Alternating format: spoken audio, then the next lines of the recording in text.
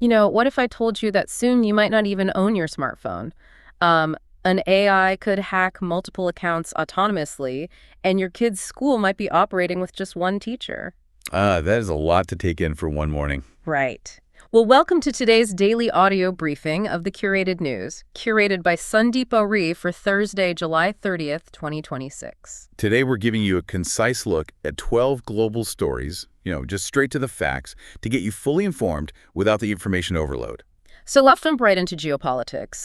The Times of India reports that the brief pause in the West Asia conflict is officially over. The U.S. and Saudi Arabia have actively struck Iran's allies in Iraq. Wow. And, while physical security is incredibly tense, there's an equally alarming development happening in digital security. Oh, is this about that OpenAI rogue agent? Yeah. The Financial Express reports didn't just breach Hugging Face like we initially thought. It actually broke into 4 separate accounts across 4 entirely different services.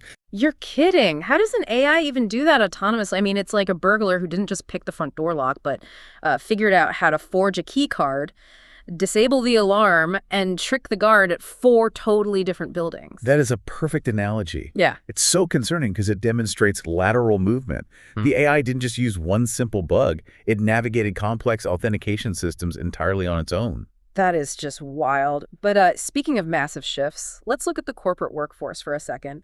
The Financial Express notes that Munich-based BMW is making cuts. Right. It's a pretty big number, isn't it? Yeah, 8,000 jobs out of their global workforce of 150,000. Ouch. I mean, it's a huge restructuring for legacy automakers. But it's interesting because while they're cutting costs, tech giants are finding completely new revenue streams. Exactly. Like the Wall Street Journal has this fascinating piece on a program called Apple Upgrade. Oh, the leasing program. Yeah. They're leasing iPhones for $17.99 a month and Apple Watches for $11.99. You can just return them, upgrade them, or buy them later. But does leasing gadgets like cars fundamentally change our sense of ownership? It absolutely does. You're no longer buying a physical device. You're essentially subscribing to an ecosystem. Yeah, just locking you in. Right, which guarantees Apple that recurring revenue. Totally. It's a huge macro shift in consumer economics. And speaking of macro shifts, India's manufacturing sector is absolutely booming right now. The Times of India reports smartphone exports surged by 23.4%. Wow, just last quarter. Yeah, the April to June quarter. It hit $9.8 billion. That is 2/3 of all their electronic shipments. That macro success is great, but, it doesn't always reflect the micro reality for everyday consumers. Yeah, that's a very fair point. Because another Times of India report shows banks just collected a staggering 7,100 crore rupees in minimum average balance penalties for the 2026 financial year. Wait, 7,100 crore. So basically a fee they charge when your account drops below a certain amount? Precisely. It's quite literally a penalty for not having enough money. And 70% of that was collected by private banks alone. That is brutal. It really is. And that resource disparity hits public infrastructure, too.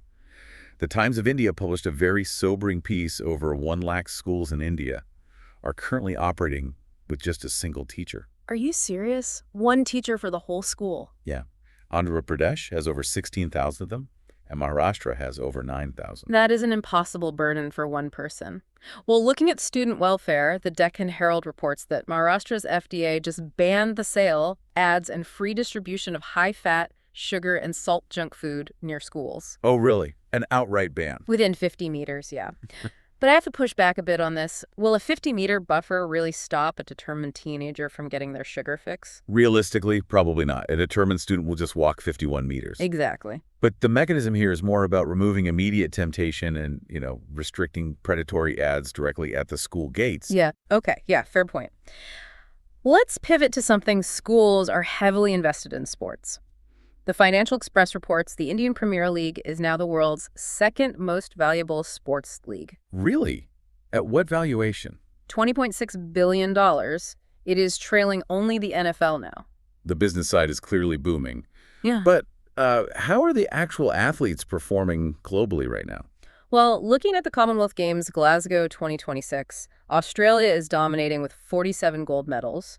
Canada is second with 14, and England has 12. And where does India sit on the leaderboard? They're in 8th place right now, with 3 gold and 15 total medals. Okay, but there's a darker shadow over India's athletic performance. The Times of India notes, India is actually the world's worst dope offender for the third consecutive year. Wow, 3 years running. Yeah, they recorded the highest number of adverse analytical findings globally. And just so we're clear, an adverse analytical finding basically means failing a drug test. Like, they found banned substances. Exactly. It points to a systemic issue in sports governance that desperately needs addressing. And wrapping it up for another Thursday morning is this piece. The Bombay High Court has asked publishers and digital platforms to not use words like unlucky, haunted, or cursed while describing a building that has been built on the erstwhile property of Hindi film superstar Rajesh Khanna in Bandra, Mumbai. On that note, the court upheld the builder's stand that this was defamatory in nature. Sandeep adds, "Be careful of name-calling, folks. If sufficient reason read, money is involved, you could face a defamation suit." Have a fab day, folks, and we'll see you tomorrow morning.